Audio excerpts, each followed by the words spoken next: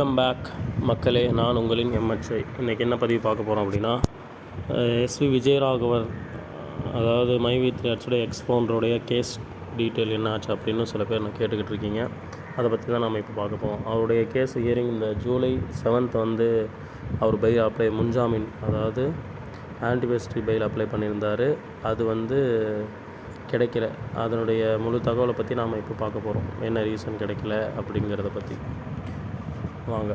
அப்புறம் இன்னொரு விஷயம், ஒரு ஃபேக்கான நியூஸ் பரவிட்டுருக்கு, அதை பற்றி நம்ம பார்க்க போகிறோம். அப்புறம் நம்முடைய எம்டியை வந்து சில நபர்கள் நேரடியாகவே அந்த பிரசன்ட் ஜெயிலில் சந்தித்து ஒரு சில விஷயத்தை கேட்டிருக்காங்க. அதை அவருக்கு தெளிவாக பதில் சொல்லியிருக்காங்க. அதை சம்மந்தப்பட்ட ஆடியோ பதிவும் நம்ம இப்போ பார்க்க போகிறோம். வாங்க போகலாம். 15ஆம் தேதி வெளியான அந்த ஜட்மெண்ட்டோட அந்த ஆர்டருடைய டீட்டெயில்ஸ் இது தான். டிவி தமிழ்ச்செல்வி அப்படிங்கிறவங்க ஜட்ஜ் வந்து இந்த ஆர்டரை பாஸ் பண்ணியிருக்காங்க. இந்த ஆர்டரில் என்ன சொல்ல வராங்க அப்படிங்கிற இதில் இங்கிலீஷ் இது இங்கே இருக்குது. The land government advocate CRL site submitted that as on date that petitioner is not found and accused in this case. அதாவது சில ஆர்டர் டீட்டெயில் எல்லாம் சப்மிட் பண்ணியிருக்காங்க வக்கீல் சைடு. அதை வச்சு பார்க்கும் பொழுது இவர் குற்றவாளி தான் அப்படின்னு நிரூபிக்கப்படலை. அப்படி இருந்தாலும் இந்த petition in view of the above submissions, the petition is dismissed in infrastructures. English அவ்வளோ வரல எனக்கு. இருந்தாலும் இந்த கேஸை வந்து எது விதமான முகாந்திரம் இல்லாமல் இந்த அவர் அப்ளை பண்ணியிருக்கிற முன்ஜாமீனை வந்து டிஸ்மிஸ் பண்ணுறாங்க. வாங்க இதோடைய தமிழ் அர்த்தத்தை நம்ம தெளிவாக டிரான்ஸ்லேஷனோட பார்க்கலாம். ஏன் அப்படின்னா, இந்த கேஸில் வந்து 500 கோடி சம்திங் சம்மந்தப்பட்டிருக்கு அப்படின்னு அதிகமான தொகை இருக்கிறதுனால தற்சமயத்துக்கு அவருடைய முன்ஜாமீனை கேன்சல் பண்ணி இன்னும் அவர் வந்து என்கொயரிக்கு கோஆப்ரேட் பண்ணணும் அப்படின்ற மாதிரி சொல்லியிருக்காங்க. வாங்க நம்ம அதோடைய தமிழ் அர்த்தத்தை பார்ப்போம். பாருங்கள் ஃப்ரெண்ட்ஸ், இதில் கொஞ்சம் தெளிவாக கேப்பிட்டு அந்த இங்கிலீஷ் ஃபார்மேட் இருக்கும். அதை நீங்கள் பார்த்து படிச்சுக்கலாம். இப்போ அதோடைய தமிழ்நாடு ஃபார்மேட் நம்ம பார்ப்போம். டிவி தமிழ்ச்செல்வி ஜட்ஜ் அவங்க, கற்றறிந்த அரசு வழக்கறிஞர் இன்று வரை மனுதாரர் இந்த வழக்கில் குற்றவாளியாக காணப்படவில்லை என்று சமர்ப்பித்தார். அட்வொகேட் சொல்லியிருக்காங்க, குற்றவாளியாக இன்னும் அவர் காணப்படல. மேற்கண்ட சமர்ப்பிப்புகளை கருத்தில் கொண்டு இந்த மனு பயனற்றது என நிராகரிக்கப்படுகிறது. அந்த மனு வந்து நிராகரிச்சிட்டாங்க. எவ்வாறாயினும் இந்த வழக்கில் தொடர்புடைய தொகை 500 கோடிக்கும் அதிகமாக உள்ளது. எனவே மனுதாரர் பிரதிவாதி காவல்துறையில் ஆஜராகி விசாரணைக்கு ஒத்துழைப்பு தருமாறு உத்தரவிடப்பட்டுள்ளது அப்படின்ட்டு ஜட்ஜு சொல்லிட்டாங்க எஸ்வி விஜயராகவ் சாருக்கு. ஆனாலும் அவர் வந்து இப்போதைக்கு இன்னும் என்கொயரிக்கு காவல்துறையில் இன்னும் இதாகலை, போய் வந்து என்கொயரிக்கு கோஆப்ரேட் பண்ணலை. ரீசன் என்ன அப்படின்ட்டு பார்த்தா, இப்போ நம்மளுடைய மை வி 3 ஆர்ட்ஸோட எம்டி வந்து அவர் வாண்டடாக சரண்டர் ஆகிருக்காரு. இப்போ அவருடைய கேஸ் வந்து போய்கிட்டு இருக்கு. அந்த டிஸ்ட்ரிக்ட் கோர்ட்டில் வந்து இந்த கேஸை வந்து இது பண்ணிட்டாங்க, அவருடைய பெயிலை வந்து கேன்சல் பண்ணிட்டாங்கன்னு. அடுத்து வந்து இப்போது ஹைகோர்ட்டில் பெட்டிஷன் அநேகமாக நேற்றோ அல்லது இன்றைக்கோ போடுறதுக்கான சான்சஸ் இருக்குது. வரக்கூடிய வாரங்களில் அது வந்து நமக்கு நம்பராகவும் ஹியரிங் அப்படின்ட்டு போகும். அது சம்மந்தப்பட்ட ஒரு ஆடியோவுடைய தகவலையும் நம்ம நேரடியாக பார்க்கலாம். வாங்க.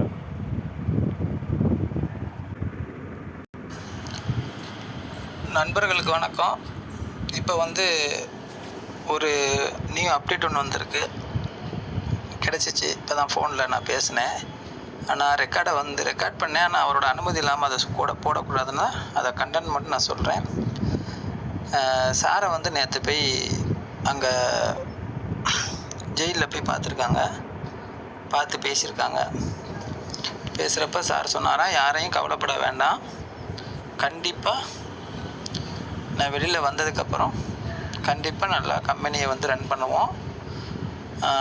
அதே மாதிரி இந்த மாத எண்டில், இந்த மாத கடைசியிலேயே பெயில் கிடைச்சிடுற மாதிரி சொல்லியிருக்காங்களாம். அதனால நிறையா ரூல்ஸ் அண்ட் ரெகுலேஷன் போட்டதுக்கப்புறம் சொல்கிறதெல்லாம் ஏற்றுக்கிட்டு நம்ம கம்பெனியை ரன் பண்ண போகிறோம். யாரையும் கவலைப்பட வேணான்னு சொல்லுங்கள். எல்லாத்துக்குமே அவங்களுக்கு அவங்க அமௌண்ட்டை நான் திருப்பி கொடுத்துருவேன். எல்லாத்துக்குமே கண்டிப்பாக அமௌண்ட் கொடுப்போம். வந்து நம்ம நல்லா செயல்படுவோம். யாரையும் கவலைப்பட வேணாம் மக்கள்னு சொல்லுங்கன்னு சொல்லி சார் சொல்லியிருக்காங்க. இது வந்து ஒரு நம்பிக்கையான இடத்துலேருந்து நமக்கு இந்த தகவல் வந்துச்சு. ஸோ நீங்கள் யாரும் கவலைப்பட வேண்டாம். இந்த மாதம் கடைசியில் சார் வந்தாலும் அடுத்த மாதத்துலேருந்து அவர் என்ன பிளான் பண்ணுறாரோ பண்ணி கண்டிப்பாக அமௌண்ட் எல்லாத்துக்கும் வந்துடும். யாரையும் கவலைப்பட வேண்டாம்னு சொல்லியிருக்காங்க.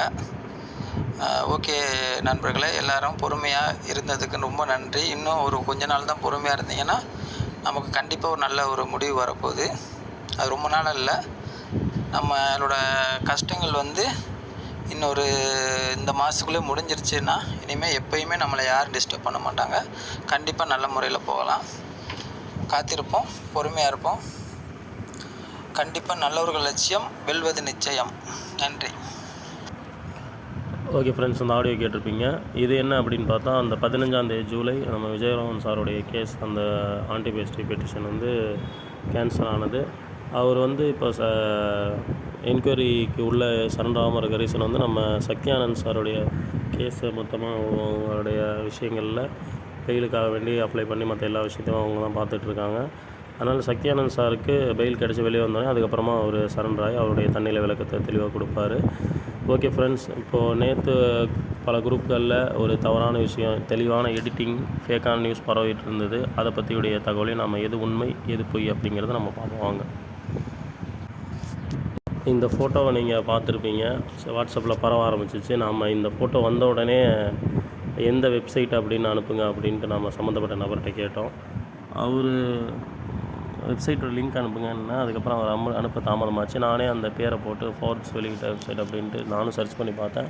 அவரும் அதுக்கப்புறம் சர்ச் பண்ணி எனக்கு அனுப்பிச்சார். இங்கே பாருங்கள், first number 1 my with rates அப்படின்ட்டு 2451 கோடின்னு போட்டிருக்காங்க. இது இஓடபிள்யூவில் இந்த ஒரு கவுண்ட் வந்துச்சு, 2450 கோடி அப்படின்ட்டு மை வித் ரேட்ஸுடைய இன்கம் அந்தளவுக்கு பர்ச்சேஸ் நடந்திருக்கு அப்படின்னு ஒரு வெளியிட்டிருந்தாங்க.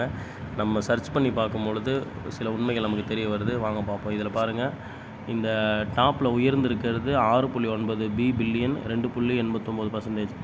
ஆனால் உண்மையிலே இங்கே பாருங்கள், 6.9 பில்லியன் பர்சன்டேஜ் 2.89 251.6 தான் உண்மையாளோட. இது ஃபேக்கு, இதுதான் உண்மை. அங்கே இருக்கிறது யாருன்னு பார்த்தா நம்ம உலகின் நம்பர் 1 பணக்காரர் Elon Musk, Tesla Space X நிறுவனத்துடைய தலைவர். கடைசியில் இந்த 10 பேருடைய லிஸ்ட்டில் அவருடைய முக்கியமான பேருடைய மறந்துட்டாங்க. மண்டையில் இருக்கிற கொண்டே விட்ட கதை தான். ஸோ தெளிவான எடிட்டிங், இந்த டெக்ஸ்ட்டுடைய டிஃப்ரென்ஸும் உங்களுக்கு தெளிவாக தெரியும். மற்ற டெக்ஸ்ட்டெலாம் ஒரு ஃபாண்டில் இருக்குது. இந்த சக்தி ஆனந்த் அப்படிங்கிற ஒரு டெக்ஸ்ட் மட்டும் வேறு ஒரு ஃபாண்டில் இருக்குது. சரிங்களா? இது யாரோ மை வித் ரேட்ஸ் அவங்களுக்கு வேண்டாத பார்த்த வேலையாக தான் இருக்கும், மக்களை குழப்பதற்காகவும் இதை வச்சு பல விதமான கட்டுக்கதைகள் கட்டுவதற்காகவும். ஸோ இதுதான் உண்மையான ஒரு பட்டியல். ஸோ எனவே யாரும் பொய்யான தகவலை பரப்பாதீங்க. நம்முடைய தகவலை நமக்கு தெரிந்தவரை நமக்கு வரக்கூடிய சர்க்கிளில் நாம் ஓரளவுக்கு விசாரித்து தான் நம்ம குரூப்பில் ஒரு சில தகவல்களை பகிர்ந்துகிட்டு இருக்கோம்.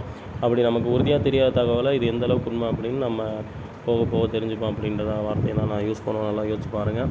ஓகே ஃப்ரெண்ட்ஸ், மேலும் நம்ம சக்தியானந்தோடைய பெயில் சம்மந்தமாக எனக்கு தெரிஞ்ச நான் இன்வெஸ்டிகேஷன் பண்ணதில், நாங்கள் எங்களுடைய குழுவோட ஆலோசனை செஞ்சதில் எனக்கு கிடைச்ச தகவல் என்ன அப்படின்னு பார்த்தா, ஆகஸ்ட்டு 10 சரிங்களா, அல்லது ஆகஸ்ட் 15 மேக்ஸிமம் அவர் பெயிலில் வெளியே கண்டிப்பாக வந்துடுவார். அதில் எந்த விதமான மாற்றம் இல்லை அப்படிங்கிற ஒரு உறுதியான தகவல். இது நீங்கள் ஏன்னா அடிக்கடி இப்போது இந்த மாதம் எண்டுக்குள்ளே அப்படின்னு நீங்கள் லாஸ்ட்டாக ஒரு ஆடியோ கேட்டிருப்பீங்க. அது எந்த அளவுக்கு உண்மை நடக்கும்போது தான் நமக்கு கண்டிப்பாக தெரியும். நீங்கள் அப்போ அதை எதிர்பார்த்துட்டு அந்த சமயத்தில் பெயில் கிடைக்கல அப்படின்னா மனசு கஷ்டப்படுவீங்க தேவையில்லாமல். அதனால தான் நான் சொல்கிறேன், கண்டிப்பாக ஆகஸ்ட் 10 அல்லது 15 கண்டிப்பாக எம்டி வெளியே வந்துடுவார். நீங்கள் அந்த டேட்டை உங்களோட மனதை ஃபிக்ஸ் பண்ணிங்க. கண்டிப்பாக நம்மளுக்கு ஒரு நல்ல காலம் விரைவில் பொருந்துடும். மிகப்பெரிய ஒரு சோதனை காலம் இதில் நம்ம மீண்டும் விரைவில் வந்துடும். அதனால் நம்முடைய பொறுமைக்கு கண்டிப்பாக நமக்கான பலன் கிடைச்சே ஆகும். அப்புறம் நம்ம வீடியோ போட்டதுக்கப்புறம் ஸ்டோர்ஸில் சில நபர்கள் பர்ச்சேஸ் பண்ண ஆரம்பிச்சிட்டாங்க நம்ம நிறுவனத்துடைய க்ரௌத்துக்காக. வாங்க அதை பற்றியும் பார்ப்போம்.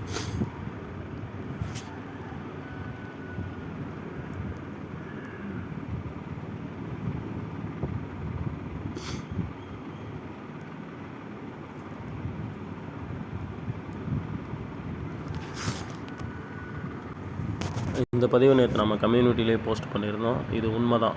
இதுதான் இப்போதைக்கு நம்ம நிறுவனத்தில் உள்ள பிரச்சனை. நிறுவனத்தில் நிச்சயமாக வெளியே வந்துடும். ஏன்னா ஸ்டோர்ஸில் பர்ச்சேஸ் பண்ண அந்த ரிசிப்ட் மக்கள் எல்லாமே மை வித் ரேட்ஸ் அந்த உண்மைத்தன்மையை புரிஞ்சுக்கிட்டு, அவங்களுடைய கம்பெனியுடைய மாடலேஷனை புரிஞ்சுக்கிட்டு பர்ச்சேஸ் பண்ண ஆரம்பிச்சிட்டாங்க. இதுதான் ஆலோபதி டீமுக்கு மிகப்பெரிய ஒரு ஆப்போசிட்டாக ஒரு ஸ்ட்ராங்கான ஆப்போனண்ட்டை எதிர்கொள்ள முடியாதனால இப்படி வழக்கு அது மாதிரி விஷயங்களில் ஈடுபட்ட வச்சு நம்மளை டவுன் பண்ணணுன்னு பார்க்குறாங்க. நிச்சயமாக நம்மளுடைய அந்த மக்களுடைய சப்போர்ட் இருந்துச்சு அப்படின்னா கம்பெனியை வேறு லெவலில் க்ரௌத் பண்ணவும் முடியும், கொண்டு வரவும் முடியுங்கிறதுல எந்த விதமான சந்தேகமும் மாற்றமும் இல்லை. கண்டிப்பாக நம்ம நிறுவனத்துக்கு ஒத்துழைப்பு கொடுப்போம், வெற்றி பெறுவோம். மேலும் ஒரு உண்மையான சிறந்த தகவலுடன் உங்களிலிருந்து விடைபெறுவது உங்களின் நான் MHI. நன்றிகள்.